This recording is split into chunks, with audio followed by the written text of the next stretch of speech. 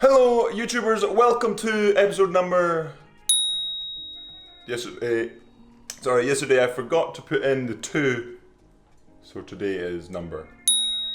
Alright. So woke up a bit late today, getting some good rest before I smash into the training next week. This is the 3rd episode in a row, but don't get comfortable with it because I still don't know what's going on. I really enjoy just making them just now, so if something comes up, like something has come up today that I want to discuss, I've got this topic and another topic that I want to discuss before it becomes irrelevant. But now it is time to make some pulled chicken, so currently boiling some chicken. Remember, no pink in the chicken. Oh yeah. So first, gotta have some food because remember, food is fuel. Oh yeah. Okay, so we're gonna make this. My sister's gonna come over. I dropped my bike off as well because Ollie McLean, if you see this, remember that time you snapped the chain and you said you were gonna help fix it? Yeah, you left the country. So I'm fixing it now, or at least the people down at Athlete Services in Henley are gonna fix it. Excelente. Sister's gonna come over for some food. And then we're going to go a cycle tonight and hopefully a longer one tomorrow. Oh yeah. But to the subject today, it's going to be just a little short video of me just chatting away to the camera unless I put in some cycling. We'll see about that. But lots of time for the chicken boiling. So, marathon ergs. I'm gonna just put the camera over there. So, marathon ergs. It's all about that. I'm going to put a t-shirt on. Okay, marathon ergs. And this is... My sister might have arrived.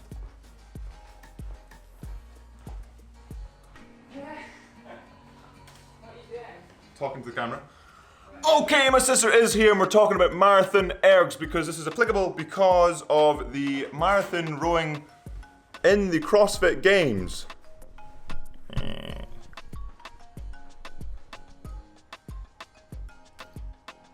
And like I said in yesterday's episode in the Q&A, the longest erg I've ever done is about 24-ish K.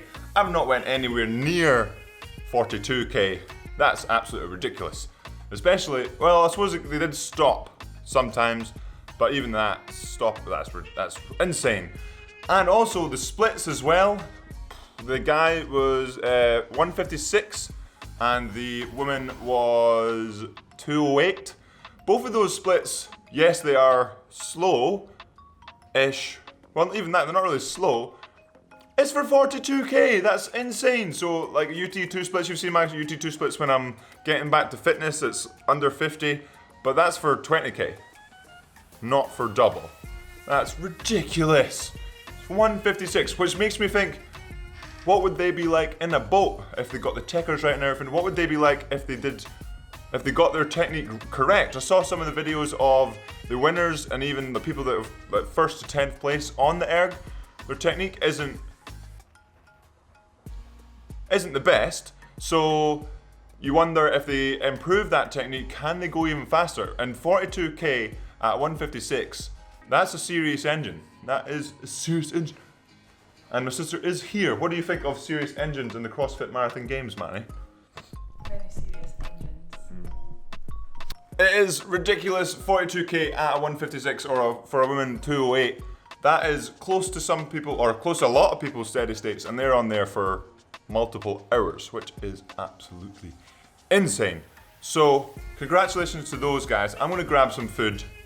And as well, I saw in some of the other videos of people erging, they had lots of seat pads, and people were asking, maybe for a marathon or longer ergs, you need to use seat pads, and in my videos I'm using seat pads. I'm not using seat pads for the purpose of comfort. I'm using the seat pad to make the gap between the foot plate and the seat higher because my femur is quite long compared to the average user, especially when in the erg it makes me compress quite, like go over like this quite a bit, especially because I can compress quite a bit, and getting the seat pad on there makes the compression just a little bit easier and means I can sit at about here rather than going over here uncomfortably. So I recommend using a seat pad if you feel it is improving your technique, but using a seat pad isn't necessarily for comfort. Some people use towels as well for a little bit of comfort, but obviously if you're doing a marathon, comfort and your butt's gonna get real sore, so maybe using a seat pad or some sort of cushioning. Some Concept 2 and some of the CrossFit people were saying bubble wrap. Never tried that, and I'm sure that's like a one-use thing, so maybe not quite for a lot of sessions. But basically my point is, if you're going to use anything to help comfort, make sure it's not impeding your technique or changing your technique, because sometimes people are using like 3 or 4 seat pads, so they're like 10 meters off the seat and they're looking down at the screen. You can't quite do that and then think, oh, my technique's going to be great, especially when you're doing a huge marathon sort of erg as well. So everybody has to make sure their technique is correct before they move on to things, or everyone needs to make sure that their technique is always correct, no matter if they're using a seat pad or not. Oh yeah, but sometimes these things can be used to improve technique. All right, and I think that'll be it for the episode today. Just a little short one. Just wanted to get it out there about the insane numbers that these CrossFit athletes are pumping out, especially because they're not even professional rowers. And 42k at 156, 42k at 208 is insane.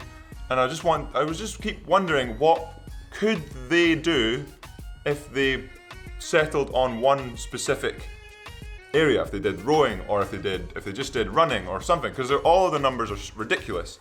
So maybe if they did one thing, would they get better? Or let me know in the comments below if you think that's just a CrossFit thing where they're just really good at everything, but if they focused on one thing, it wouldn't be as good, relatively. Or if they did focus on one thing, would it be better than that? Maybe the CrossFit training just makes everything good. I don't know, let me know in the comments below. But remember, subscribe if you haven't already, hit that like button, and have a good one.